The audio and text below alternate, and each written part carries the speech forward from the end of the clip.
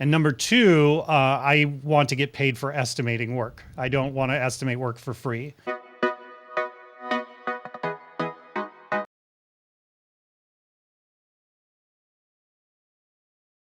Again, it's very rare that clients show up to us without already a solution defined, right? They're always like, I need an app, I need a website, I need a something.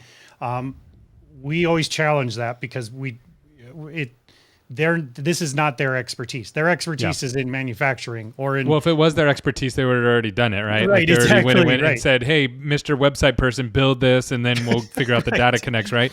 But that's why they're coming to you. And so I get it. When you're small, you're a little bit more afraid of those clients. So you're like, yes, please, can I have another website build? So you'll do what they want them to do. But what I've found in agency after agency is that once you get in that point, that's when the clients leave or fire you 6 to 8 months later because you did everything they said, but nothing they actually needed. You're not actually providing that value.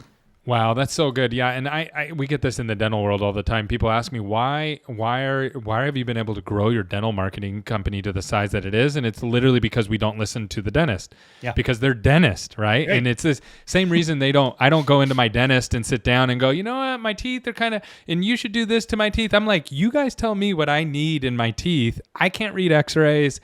I don't know how to do any of that. And then whatever they tell me, I pretty much do because that's what they said and they're the dentist. So I think that's 100%. A really important lesson for people to understand when you have a service that you provide, that you have to be the expert. Your clients don't know what they don't know.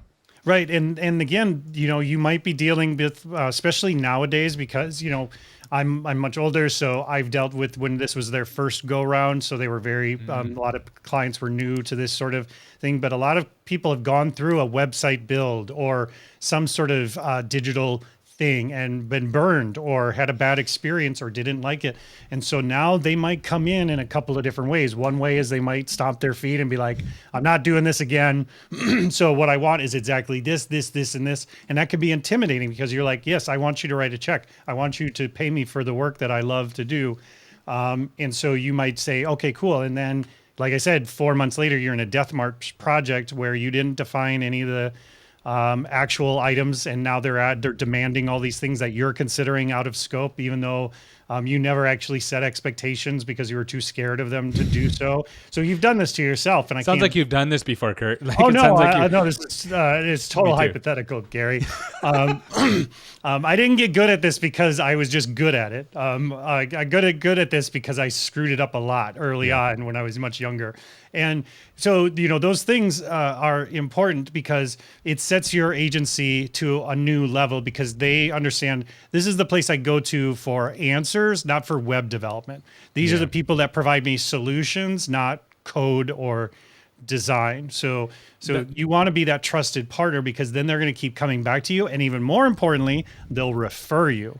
Yeah. And you really, what you did is you moved yourself from a commodity to an expert that you need, right? Because if you're just building a website and you're billing by the hour, then you're just a commodity. Because I can just go on Upwork and compare, $99 an hour, $79 an hour. They said this project's going to take this long, and that's the outcome. So just really shifting that. I love that mindset, and I think it's so crucial in growing. In fact, I don't think you can grow without it. No. Now, going back, I'm looking at like True Green's website that you guys built, the platform that you built for them.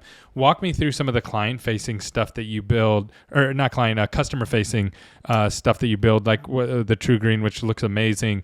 What did you do for them? Walk me through the process, how you helped them. So again, a company like True Green or some of these other ones, they call up and they say, I need some UX design. And we're like, cool, let's talk about that. So we sit down, we find out what's actually going on. We ask a lot of questions.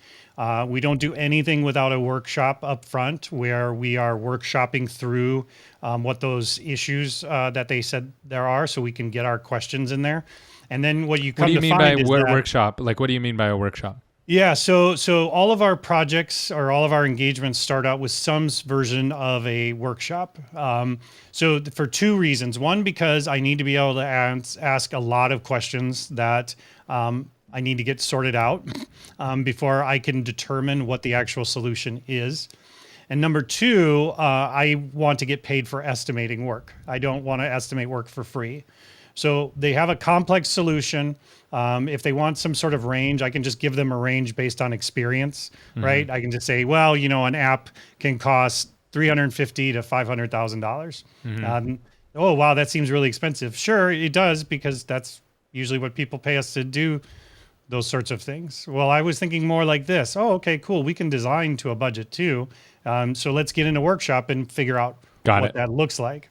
So the workshops will be, for something like the True Green thing is figuring out what is the actual problem you're trying to solve.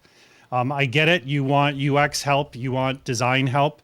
What does that actually mean? And as you dig in and you have a process for asking those questions, getting through that, then you can dig out what the actual problem is. So a place like True Green, for example, they don't have any internal design resources, come to find out. There's nobody. All of it's outsourced. So there's a problem that there's no design process. There is whatever the person in charge has determined what the process is. So the value there's is no brand control. Right, there's exactly. It's whatever. Exactly. So now where I see the value is we can bring in our design process as a value add to them. The way that we run design projects, the way that we run demos, the way that, the whole thing that goes alongside of the actual just making of wireframes and visual design, that's a value to them, to teach them how to actually do design work.